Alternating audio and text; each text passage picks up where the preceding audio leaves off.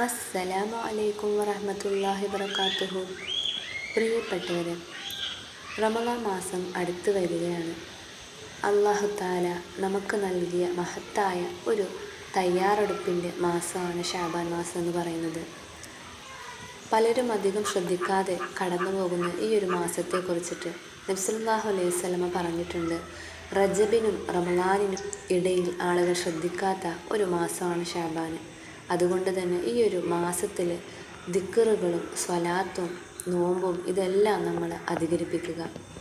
നമുക്കുണ്ടാകുന്ന എല്ലാ വിഷമങ്ങൾക്കും എല്ലാ പ്രയാസങ്ങൾക്കും ഈ ഒരു മാസത്തിൻ്റെ ബർക്കത്ത് കൊണ്ട് നമുക്ക് അല്ലാഹു തആല ഉത്തരം നൽകുന്നതാണ്.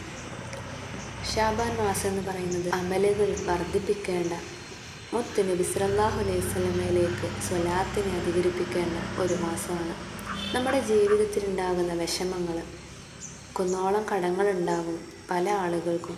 അതുപോലെ തന്നെ മാറാരോഗങ്ങൾ കൊണ്ട് പ്രയാസപ്പെടുന്ന എത്രയോ ആളുകൾ നമുക്കിടയിൽ തന്നെയുണ്ട്. പടച്ച റബ്ബ് ഈ ഒരു മാസത്തിൻ്റെ ബർക്കത്ത് കൊണ്ട് ആ മാറാരോഗങ്ങളെല്ലാം മാറ്റി ശിഫയാക്കി കൊടുക്കട്ടെ, ആമീൻ.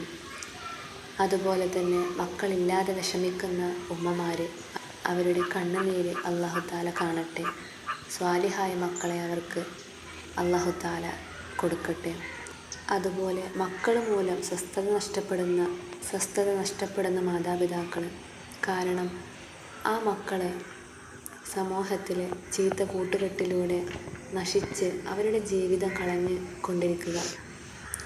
ലഹരിക്കടിമപ്പെട്ടും മറ്റ് ദുശീലങ്ങൾ കൊണ്ടും ആ ഉമ്മമാരുടെ കണ്ണുനീര് ഒരുപാട് ഉമ്മമാർ വിഷമിക്കുന്നുണ്ട്. ഈ പ്രശ്നങ്ങളെല്ലാം തന്നെ അള്ളാഹുവിൻ്റെ മുന്നിലേക്ക് സമർപ്പിക്കാൻ ഏറ്റവും നല്ല ഒരു സമയമാണ് ശഅബാൻ മാസം. അതിനാൽ ഞാൻ ഈ പറയുന്ന ഒരു ദിക്ർ നിങ്ങൾ 100 വട്ടം ദിവസവും ചൊല്ലുക. ഇത് ചൊല്ലേണ്ടത് സുബ്ഹി നമസ്കാരത്തിന് ശേഷം ചൊല്ലിയാൽ ഏറ്റവും ഉത്തമമാണ്. അതുപോലെ തന്നെ മഗ്‌രിബ് നമസ്കാരത്തിന് ശേഷവും നമുക്ക് ഈ ഒരു ദിക്റിനെ ചൊല്ലാവുന്നതാണ്. ഏതാണ്? അല്ലാഹുമ്മ സ്വല്ലി അലാ മുഹമ്മദിൻ വ അലാ ആലി മുഹമ്മദ്.